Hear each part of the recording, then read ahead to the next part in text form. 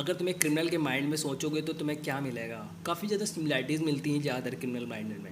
अभी तुम देखो ना, एक केस हुआ था श्रद्धा आफ्ताब मर्डर केस। तो उसमें क्या हुआ था कि उसकी काफ़ी ज़्यादा सिमिलैरिटीज़ मिली थी सरस्वती वाले केस में। तो जो सरस्वती वाला केस था तो उसका जो विक्टिम था यानी मनोज था, तो मनोज ने काफ़ी ज़्यादा सिमिलरिटी आफ्ताब वाले में। आफ्ताब वाले मर्डर केस में क्या हुआ था, डायरेक्टली वो बंदे ने काट के बॉडी को बाहर निकाला, चाह लेकिन निकाल नहीं पाया और पकड़ गया। फ्रिज वगैरह में बॉडी मिली थी। तो उसके बाद एक कांड हुआ सरस्वती वाला, जिसमें कि उस बंदे ने, मतलब जो मनोज बंदा था, तो मनोज ने क्या किया था कि पहले तो बॉडी काटी, पानी में डाल के बॉयल किया और बॉयल करने के बाद फ्राई किया। और बॉयल करने का रीज़न ये था क्योंकि बॉडी की ज़्यादा स्मेल बाहर ना जा पाए, इसलिए उसने बॉयल किया था। एंड उसने ऑन रिकॉर्ड ये स्टेटमेंट दिया है कि उसने आफ्ताब वाले केस को पढ़ा था, उसके बाद उसने ये अप्लाई किया। काफ़ी ज़्यादा बुरी चीज़ थी। सो आज हम एक केस की बात करने वाले हैं जो कि काफ़ी टाइम पहले हुआ था। ये करीब बात है 1990 टू 1996, 1990 से 1996 तक बहुत ज़्यादा किडनैपिंग हो रही थी बच्चों की। और उन बच्चों की किडनैपिंग के कुछ टाइम बाद उनकी लाशें मिलती थी। और इन सब चीज़ों में एक कॉमन बात थी कि बच्चे 1 से 3.5 साल के बीच में होते हैं। एंड तुम सोचो कि इतने छोटे बच्चे का किसी से क्या दुश्मनी हो सकती है, या अगर कोई इंसान उनके ह्यूमन ऑर्गन्स के लिए कर रहा है तो बच्चों के ऑर्गन्स तो कम रेट बिकते हैं, तो फिर वो क्यों करेगा वैसा। एक तो और बात थी, जिस हिसाब से बॉडी मिलती वो काफ़ी ज़्यादा ब्रूटल मर्डर होता था। तो जब ये स्टार्टिंग में जब ये केस सामने आया तो लोगों को ये लगा कि इसके पीछे तो आदमी का हाथ होगा, क्योंकि औरतों में ऐसा नहीं होता, औरतें ऐसा नहीं कर सकती क्योंकि भाई उनके पास दिल कमज़ोर होता है, ऐसा सोचने में आया। But this statement was wrong, क्योंकि इसके पीछे 3 औरतें थीं। उनका नाम था, एक माँ अंजना बाई, दूसरी उनकी 2 बेटियाँ थीं जो कि रेणुका और सीमा। केस द गविश सिस्टर नाम से फेमस हुआ और ये रियल में हुआ था। लोगों को लग रहा है कोई कहानी चल रही थी, कहानी नहीं है, रियल केस है। ये केस बहुत ज़्यादा फेमस हुआ था। इसका रीज़न ये था कि इंडिया के आज़ाद होने के बाद वो पहली 3 औरतें थी जिन्हें फांसी की सजा दी गई थी आफ्टर शबनम केस। मैं शबनम केस कभी फिर समझाऊंगा, लेकिन आज मैं बताने वाला हूँ द गविश सिस्टर। अब इस केस को समझने के लिए हमें पीछे जाना पड़ेगा, यानी कि जब अंजना पैदा हुई थी। अंजना एक गरीब घर में पैदा हुई थी 1955 में। गरीबी की वजह से चोरी वगैरह करना सीख गई थी। तो मैं इसे गलत नहीं समझता, क्योंकि लोग भूख की वजह से चोरी कर सकते हैं। मतलब लोग गलत है, गलत चीज़ है, बट भूख की वजह से लोग क्या क्या नहीं करते जिसम बेचते हैं। तो मैं चोरी करना, मैं इसके लिए ठीक हूँ। लेकिन क्या होता है कि एक वक्त तो चोरी वो भूख के लिए कर रही थी, अपना पेट भरने के लिए कर रही थी, लेकिन एक वक्त ये आ जाता है कि अब चोरी करने की एक आदत लग गई। फिर उसके बाद वो धीरे धीरे बढ़ती चली गई इस केस में। अभी क्या होता है कि 1973 में वो एक लड़के के साथ नासिक से पुणे आती है। अब जिस लड़के से के साथ भाग के आई थी, उसे ये नहीं पता था कि अंजना चोरी वगैरह करती है। या टाइम बाद जब शादी हो जाती है, कुछ टाइम होता है, उनकी पहली बेटी आती है रेणुका। अब रेणुका पैदा होने के बाद इनके साथ एक कांड होता है कि चोरी के चक्कर में पुलिस पकड़ ले जाती है। इसके हस्बैंड को जब पता चलता है कि ये चोरी वगैरह करती है तो इसको समझाता है, लेकिन नहीं मानती। इसको कई बार जेल जाना पड़ता है। तो इस वजह से वो अपनी अंजना बाई से कि मैं अगर ऐसा नहीं छूटा तो मैं छोड़ के चला जाऊँगा। बाद में वही होता है, वो छोड़ के चला जाता है। अंजना बाई के पति के छोड़ के जाने के बाद अंजना बाई को फ़र्क नहीं पड़ा और वो तब भी चोरी कर रही थी और चोरी चकारी करके अपना पेट भरा करती थी। लेकिन क्या हुआ कि उसके कुछ टाइम बाद उसने अपने एक नए आदमी से शादी की जिसका नाम था मोहन। मोहन एक रिटायर्ड आर्मी ऑफिसर था, ऑफिसर नहीं सोल्जर था। तो उसने उससे शादी कर ली। एंड 1979 में मोहन और सीमा की पहली बेटी का जन्म होता है।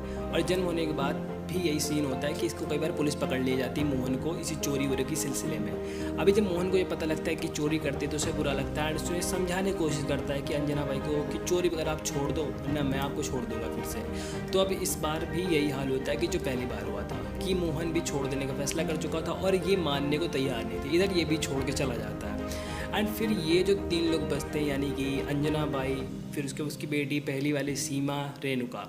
तो रेणुका, सीमा, ये तीनों लोग एक साथ रहती हैं। अब धीरे धीरे बड़ी भी हो रही होती हैं ये लोग, और चोरी भी इन लोग कर रही होती हैं। ये जो इनकी बेटियां थी तब भी चोरी हो रही थी इनकी।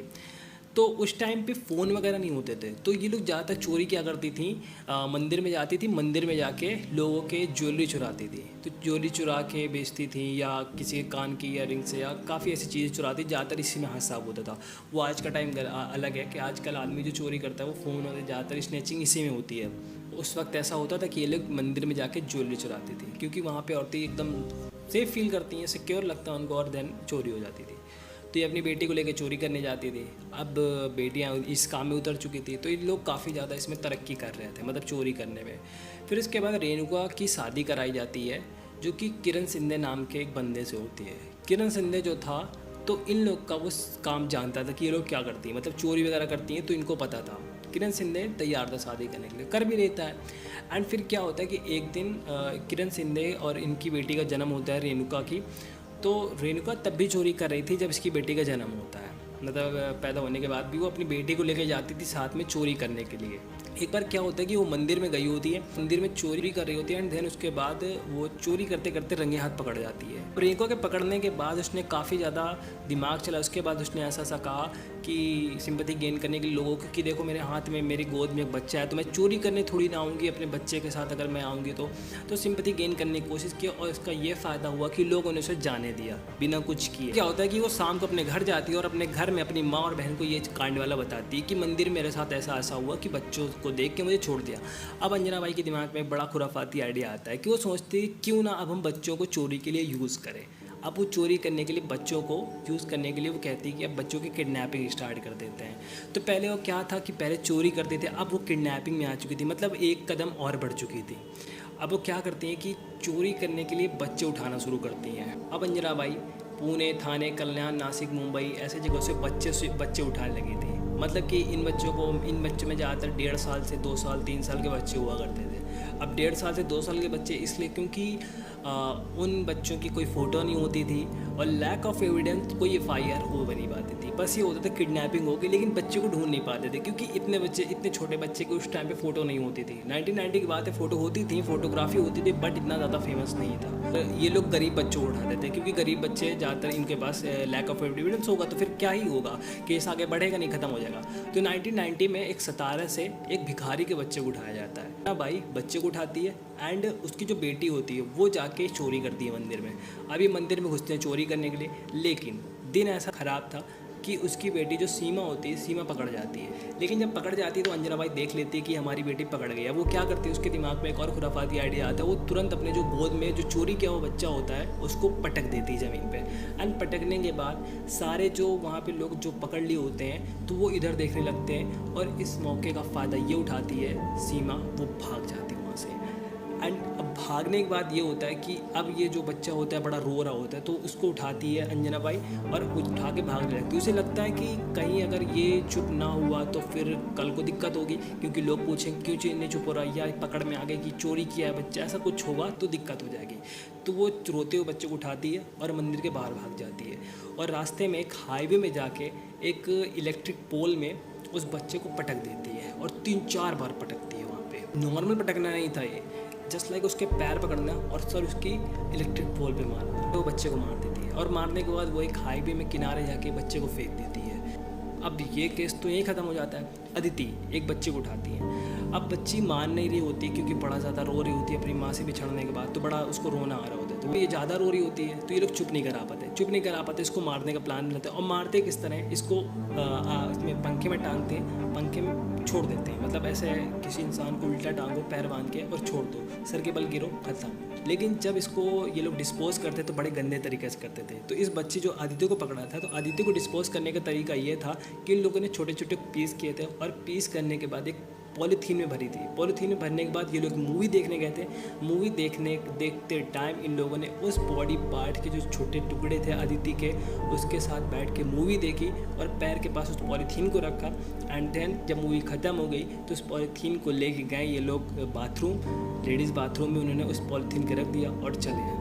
अब काफ़ी सारे लोग ये सोचेंगे CCTV, उस टाइम पे CCTV भी इतना ज़्यादा नॉर्मल नहीं था। और बाथरूम में सोचो CCTV कौन लगाता है, टाइम की बात होती तो ऑफकोर्स लगी होती, लेकिन उस टाइम 1990 की बात है तो उस टाइम पे नहीं लगी होती थी। ऑफकोर्स लोग इसको ट्रैक कर लेते कि ये पॉलीथीन कहाँ से कोई दिख रहा है, लाता ले जाता, तो समझ जाते हैं। 1996 जो कि मोहन की बेटी गायब होने की खबर आती है, जो कि इसकी दूसरी वाइफ प्रतिमा के साथ थी, और वो गायब होने की खबर FIR कराता है। FIR में उसको शक था कि उसकी जो बच्ची गायब हो, इसके पीछे अंजना बाई उसकी बेटियों का हाथ है, क्योंकि उसको लगता था कि स्टार्टिंग में कि वो आज भी उससे खुन्नस खाती हैं। जब इस बात को पता चला कि पुलिस इन्वेस्टिगेशन करने अंजना बाई के लिए ढूंढ रही है, अंजना बाई उसका जो पति था रेणुका का, कि सारे अंडरग्राउंड हो जाते हैं, मतलब कि कुछ दिन के लिए चोरी और किडनैपिंग वगैरह बंद कर देते हैं। ये लोग जब पता चलता है कि कंप्लेन कराई मोहन ने, तो इन लोग मोहन की जो बेटी होती है एक छोटी वाली, उसको किडनैप करने की सोचते हैं। लोग सोचते हैं शहर में आ जाते हैं। इसी बीच शहर में आते ही पुलिस वालों को थोड़ा शक हो जाता है, उनको धर लेती है। धरने के बाद थोड़ी पूछताछ होती है। पूछताछ होने के बाद पता चलता है कि इन लोगों ने हाँ किया है,